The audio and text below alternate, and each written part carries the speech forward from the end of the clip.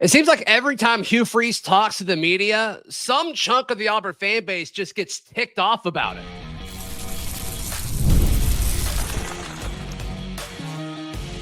You are Locked On Auburn, your daily podcast on the Auburn Tigers. Part of the Locked On Podcast Network, your team every day.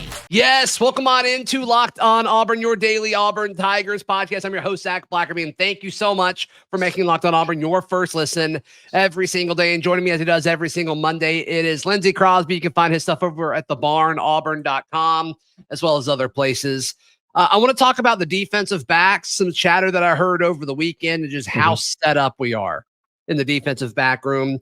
Zion ElEE took an official visit, the top prospect, according to On3 in the 2026 class, what that means for the Tigers and other guys in a key position they're recruiting clearly. And then Hugh Freeze set Auburn's corner of the internet. Really, a lot of it transcended, I think, Auburn in the SEC and became somewhat of a national story. He went on the next round, I believe it was Friday, and obviously he was asked about expectations. And his quote, he talked for a while, but the quote that got people riled up, he said, "I'm not a fool. I think we've got to go to a bowl game." And some people took this as Hugh Freeze says the goal is to win 6 games. But which is weird. He didn't say that. Correct. He did not say that. He did not say that.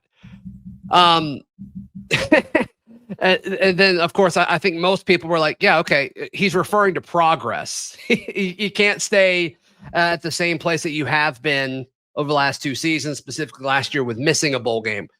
And to me, I think that's all this is. Anytime Hugh Freeze says something that ticks people off that I think is honest and raw, I'm not criticizing it, because so much on the media side of things, these press conferences, you ask for a coach to be honest instead of just getting, cliche recycled coach speak answers. And with Hugh Freeze, you get a lot of rawness. And clearly that makes some people mad sometimes because they want to take everything he says as absolute literal. And to me, obviously Hugh Freeze is not saying the goal is to win 6 games. I think that'd be crazy.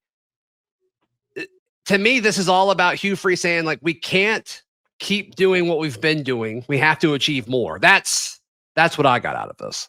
Yeah, a lot of talk around the schedule and all of that gets back to ceiling versus floor. We hear that all the time. Sure. And in essence, what Hugh Freeze is saying is the floor has to be a bowl game. Six wins in a bowl game. That has to be the floor. That's what he's saying. He's not saying this goal, their ceiling is 6 wins. He's saying at a minimum, I have to do that. That has to be at the bare minimum what we achieve, or I'm not going to have a job. And the thing, I understand there are people who don't like Hugh Freeze for whatever reason that they have. And I'm not belittling that. But I feel like this is an example, the fans who are mad, this is an example of people who are looking for a reason to be mad at Hugh Freeze. They don't like him already, and they seize on anything that they hear that they don't like. But the media members who are talking about that's a terrible quote from Hugh Freeze, it's not. I don't understand why that's so bad unless you're choosing to interpret that as the goal is 6 games, and that's not what he said. Yeah. I do think there should be a different response from media to what he says and fans to what he says, because I love that you started with that with the fans, because there is a decently sized portion of the fan base, both within Auburn and outside of Auburn fans, that feel negatively towards Hugh Freeze. And once again, I'm not going to tell you to feel otherwise, but it is true, and it's a part of this conversation. If he would have said the goal is to win 8 games, which I think is reasonable, I think most Auburn people would take that. I think the response would still be only 8. Yeah. Wow. Look at where Auburn is. The goal is to go 8-4. They'd still be upset about it. And so I think it was Lance Taylor, LT of the next round, that asked a specific question, because the way he worded it, I believe it said, is there any pressure to win X number of games? And so it would have been totally an acceptable response if he were to actually say a certain number. But of course, you're not going to do that, because you're going to get the same backlash regardless of what you said, unless you're totally just saying, yeah, the goal is to go undefeated, which I think we'd all be shocked if Auburn went undefeated this upcoming season. And then some of the media responses surprised me a little bit, but it's also their job to provide commentary. I mean, and there's been a lot of them. And that's what we're doing now. Craig Stevenson, I've got his article pulled up with AL.com, and he's got the quote, I'm not a fool, Freeze said. I think we've got to go to a bowl game. And then after that, the first thing after that is Stevenson's commentary. Reaching a bowl game in year 3 seems to be a pretty low standard, considering that Auburn, every Auburn coach this century, including Freeze, has done so by at least his second season. It's like, well, once again, like bare bones. Sure, that's what he's saying. But I think it's more of symbolic of progress. Yeah. And if he would have said, been more specific with total wins, I think the response would have been the exact same. Yeah. Maybe and not media members, but definitely from fans. And here's the thing. The coach speak thing to say would have been, well, the standard is competing for a national championship. That is the standard, and that is the goal every single season. You don't learn anything from that, right? He could have taken the easy way out. To your point from earlier, he was honest, and he said, I'm not a fool. I know that we have to make a bowl game. He did not say, my goal is to make a bowl game. He did not say the ceiling is a bowl game. And here, it's defensible to acknowledge the floor has to be higher than it was without giving a target for the ceiling. Because to your point, people would have been mad if he said only 8 games and said only 8 games. But then if something happened this year and Auburn goes 7-5, they're going to turn around and throw that in his face as well. I think the answer was perfectly fine. But again, if you wanted to use a different marker instead of a bowl game and just say, obviously we've got to do better, and then he twisted it and, referred to Auburn not having any elite recruiting classes the few years prior to, he played the hits, right? Yeah, which is what he's kind of leaned on the last few years, which I think is valid. Now it's not. You can't use it anymore. Yeah, that excuse doesn't work after this season. Yeah. Later he said, quote, but I'm not naive. We could have won more games last year, and we've got to make sure we're excellent in those areas that cost us, that put us in positions to at least be bowl eligible, if not more. I see no reason that we shouldn't do that. Those are the expectations that our fans should expect. Obviously, I'm a competitor, and I want to deliver to the Auburn people. It's time for us to start doing that. I don't think anything he said is untrue. The issue is people see bowl eligible, and they think 6 wins is what he's saying is the standard in Auburn. And to me, I just have a hard time believing that he's saying, yes, 6 wins is the goal. I have a hard time with all the money that's been spent on this roster, with all the money that's been spent on this coaching staff, with making sure DJ Durkin is, paid the amount that he is. I have a hard time taking this as 100% literal, but that's just me. 2 top 10 classes. If Auburn finishes 6-6, we're going to be disappointed, right? Yeah.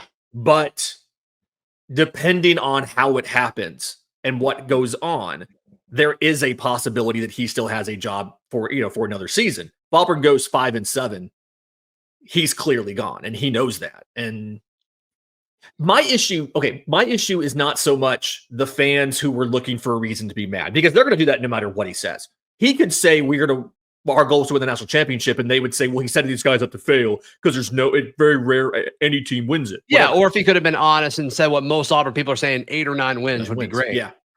They'd still say, oh, so that only 8 or 9 wins? Yeah. We're in agreement there. But when the media members frame it the way that they do, again, some national, some local, the fans who aren't necessarily looking for any reason to be mad and aren't up to date on everything every day hear that and think in May that Hugh Freeze is saying the goal is to go 6 wins in a bowl game is the real problem for me, because that, if nothing else, if you're a journalist and you're trying to get clicks on your stories, how does that help you by diminishing enthusiasm into the program, unless you're trying to set up a narrative that he was about to get fired? It's just dumb. It's just dumb. It's reading into an extra level that is not there, I don't think, on Hugh's part. And there's no reason to do it unless you're just trying to start something and generate clicks. And that's kind of frustrating. Yeah. And maybe that's part of it. Maybe it's they really think he's being literal, which if you do think he's being literal, I think you have the right to be upset if you believe it. I don't think a head coach of an SEC program that has multiple top 10 recruiting classes in a row and the money that is involved in getting that, I have a hard time believing that that's truly the standard that he's referring to. But if you think that he's being literal and he truly thinks that he's saying the goal is 6 wins, then yeah, I think you should drill him. But I'm just not convinced that that's what he's talking about. So same. Zion ElEE always looks good when he's coming to Auburn, especially when he's posting pictures of him in Auburn gear. What could that mean next right here on Locked On Auburn? Today's show brought to you by our friends at Monarch Money. Monarch Money, man. It was like, Lindsay, we've all been in a situation where we check our bank account and we're like, okay, spent way too much on blank over the last few weeks. Whether it's cards. Sports cards for me, 100%. Or really over the last few weeks, like we've been just loading up on birthday gifts. This was the gauntlet part of the year where it's birthday after birthday after birthday. Monarch Money helps. What happened 9 or 10 months ago? I don't know. You tell me. Me. Monarch Money, it's not just a budgeting app. It's a complete financial command center. You can track all of your accounts, investments, everything all in one place. Take control of your finances with Monarch Money. Use code LOCKEDONCollege at monarchmoney.com for 50% off. Lindsay, some could say 15% off. 50% off is actually half off. You could say that. Yeah, I just did the math in my head. There you go. That's right. Monarchmoney.com. Use code LOCKEDONCollege for half off your first year. Thank you so much for making Locked On Auburn your first listen every single day. We spent all week talking about the elite lineup that was expected to arrive at Auburn. Mm-hmm. And we talked about several elite edges that we were excited about. Anthony Tank Jones, Bryce Perry Wright, and somehow there was one that I didn't see reported anywhere until I think it was Friday morning when it popped up. But Zion ElEE, the number one player in the 2026 class according to On3, and I think everywhere has him as the top edge rusher. Don't quote me on that, but I'm pretty sure in that. Regardless, an elite player, a can't miss guy who said previously, like, hey, I'm shutting down my recruitment. I'm going to be a Maryland Terrapin. But I don't know. He keeps looking Auburn's way. He keeps answering Auburn's calls, and he takes his official visit to the Plains this weekend. I have to say, I am in awe. You mentioned how much money we're getting to DJ Durkin. I am amazed at the efficiency with which he's speed running the talented player transferring from Maryland to Auburn situation. Like, skip the portal thing and just have him come straight here. I love it. Just come on. Like the efficiency is like, that's why he's one of the highest paid coordinators in the conference. Okay, this is 6'3.5", 225 is what I've seen. Like physical specimen. Yeah. And just seems to be, I don't know. It feels from the outside like it's maybe Auburn trying to load up at a position that they're strong in. Like how many of these edge guys do you need? Could you take 3 in the same class? Could you take I hope 2? so. Like how many do you need? It feels like this is a position where you've got to find 3 guys that you trust and then a couple developmental pieces. And you have a lot of upperclassmen, I feel like, that are set to take big roles this year. Do you have the room to take on 2 or 3 of these guys? Or if ElEE ends up flipping, do you have to then drop somebody out of the class? Yeah, I mean, as far as planning ahead, what you're looking at next year with Kieran Crawford, Chris Murray, and we assume Keldrick Falk will get drafted. Yeah. You're looking at Amaris Williams, Jared Smith, who we're expecting to be a dynamic freshman on the edge this year. But Auburn's probably going to have to get another portal guy, and we'll see if they go in the path of what they've done with J-Mac and Kieran. We'll see if they get another one. Level. Yeah. Yeah, right. But it does seem like they're in a spot where they feel like they need to absolutely load up on these defensive ends / edge products. And some of these guys can do both, right? I mean, I think with Zion ElEE, like early on, he might be more of an edge guy, but I think by the end of his college career, when he's like trying to improve on his NFL draft stock because he's that caliber of player, you probably want him to be able to play both strong side end and edge. And that's part of what makes Anthony Tank Jones so appealing to all these coaching staffs all throughout college football that want him, is he can do both of those probably pretty early in his college career. That's what makes Keldrick so intriguing at the next level. I don't know if we're going to use him that much in this level, but at the next level, I think he can kind of do whatever you need him to do. And to me, like you look at some of the guys that they've obviously got Hezekiah Harris already committed, but then at their next big weekend, which is May 30th, they've got Jaquez Wilkes visiting, as well as Jamarian Matthews, who's committed to Alabama. Then Hezekiah Harris, the Auburn commit, has taken his official too. I mean, they're going hard after a lot of these edge guys. And some of them they may see as just truly pass rushers. And some of these guys, they may say, hey, you can play both ends of the line of scrimmage. And I think that's kind of the solution there. Like if you end up over recruiting or, this one position, you can take guys like Hezekiah Harris, 6'5", 220 right now. That's absolutely a frame that you can get him to the strong side by halfway through his college career, right? Yeah, I bet he weighs time. more than 220 now. Probably. I think that's probably one of the older listings from back when he committed. He's probably a little bit bigger than that now. I think he's been in the fold since last July. So I'm sure he's probably put on a little bit of size in the last year. But like it's On Three has him at 230, which seems closer. But yeah, I mean, I bet he's going to continue to gain weight for sure. Yeah. And so I think that's kind of the solution here is it feels like that's one of those positions where you can almost never have too many guys because you can find situations to get them on the field, right? I remember like back in the day, the New York Giants having that NASCAR package where they had 4 ends on the field at the same time to rush the passer. Like you can always find situations to use these guys, and DJ Durkin's creative enough where he can do it. So you can never have too many pass rushers. You can never have too many elite offensive tackles. You can never have too many elite receivers, too many elite corners.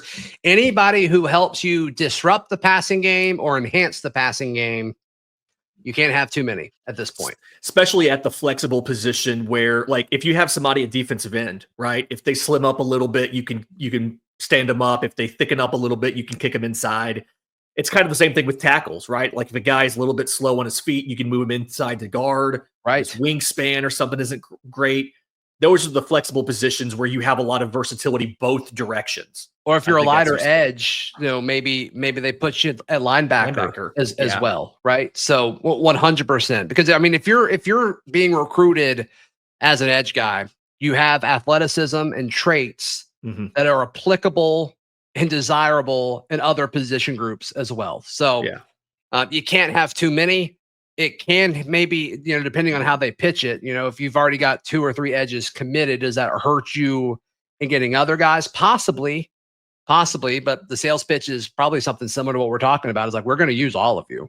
And at the same time, somebody like Zion ElEE, if he's one of the later ones to commit, he doesn't care you have other guys at his position. He knows he's one of the top recruits in the entire country, if not the number 1 guy. So he's not as concerned. Like, oh yeah, you have 2 or 3 other edges. That's fine. I'll play over them. I'm better than them. Right. I also think we're about to go on a little bit of a run where Auburn has edge guys drafted.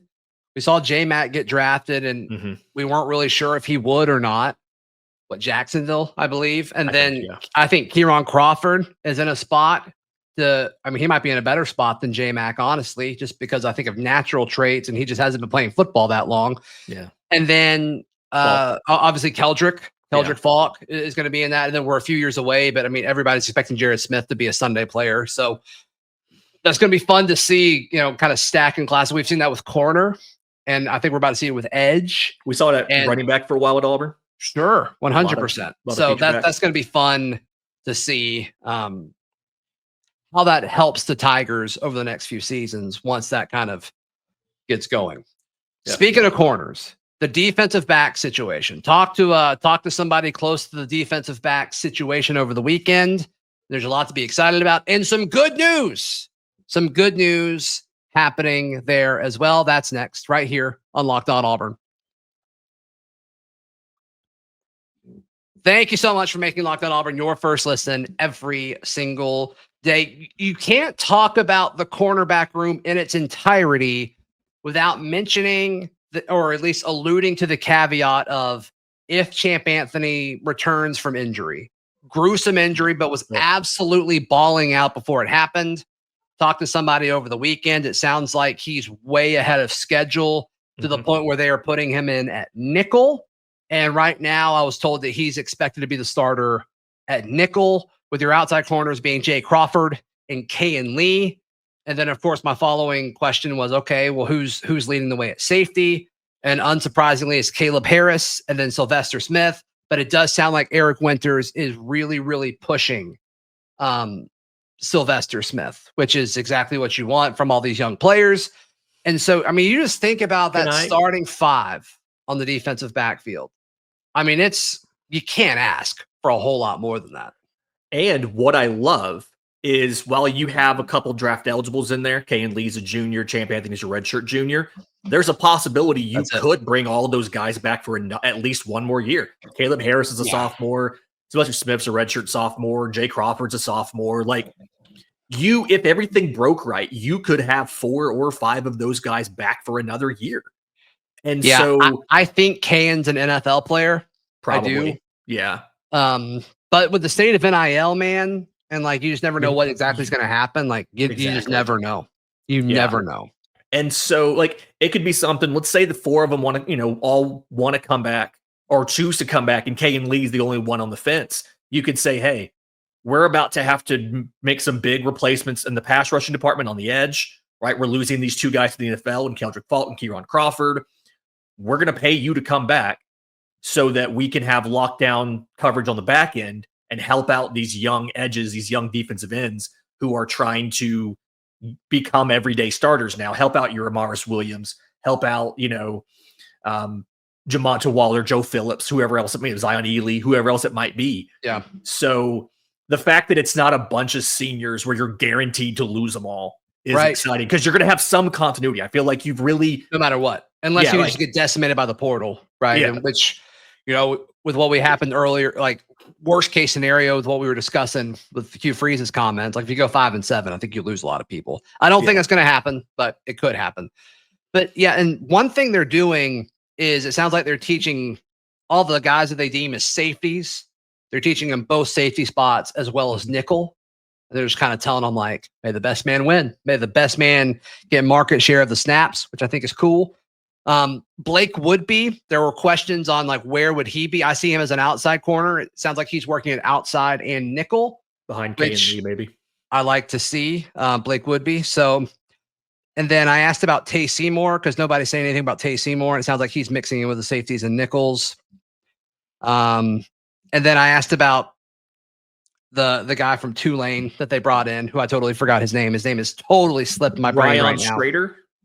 Is it Strader? Not Strader. He's from Ohio, and he went through spring. I assume he's the number 3 corner. That's my assumption right now.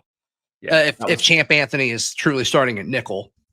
Gosh, I'm blanking on that. But it sounds like he was just kind of seen as a depth piece, which is making sense, especially if you're moving Anthony to play more nickel. I don't know. It's just a lot of like practice reps too. We don't think about the practice reps on some of these, and that could just be a lot on some of your starting guys as well. So not a game. We talking about practice? We're talking about practice. We're talking about practice. But all in all, very excited. I mean, if you listen to the show, I love corners, and it's so fun to see how good Auburn's corners are. And did you know that there's 2 Auburn corners on my New England Patriots, which you love to see? That's exciting for you. Yeah, it is exciting. Have you already ordered their jerseys, or are you going to get their jerseys? I have not ordered their jerseys. Carlton Davis and DJ James. I should, but I have not yet. So. It's a business expense for you, technically. Could I write that off? I don't know. You wear it on the show one time. I think you can write it off. Yeah, sure. Not an accountant here. You start wearing random jerseys. That's not a tax professional. I'm pretty sure you can do that. Well, that's good to know. Good to know.